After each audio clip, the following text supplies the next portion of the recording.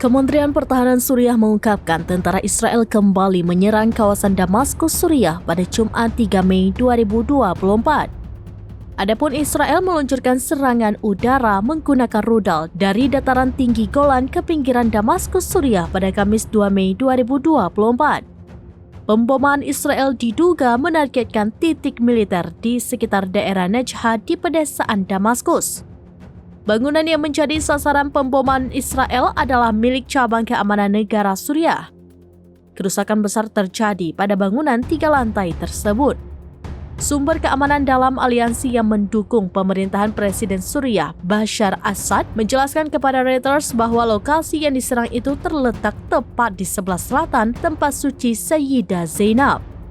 Ia menuduh bangunan itu digunakan oleh pasukan keamanan Suriah.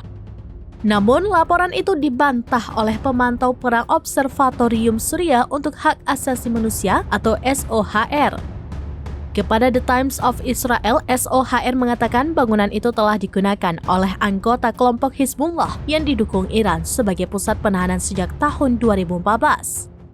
Sementara itu, pejabat keamanan Suriah lainnya membantah tuduhan SOHR. Meskipun militer Israel pada umumnya tidak mengomentari serangan tertentu di Suriah, mereka mengakui melakukan ratusan serangan terhadap kelompok militan yang didukung Iran di Suriah selama dekade terakhir.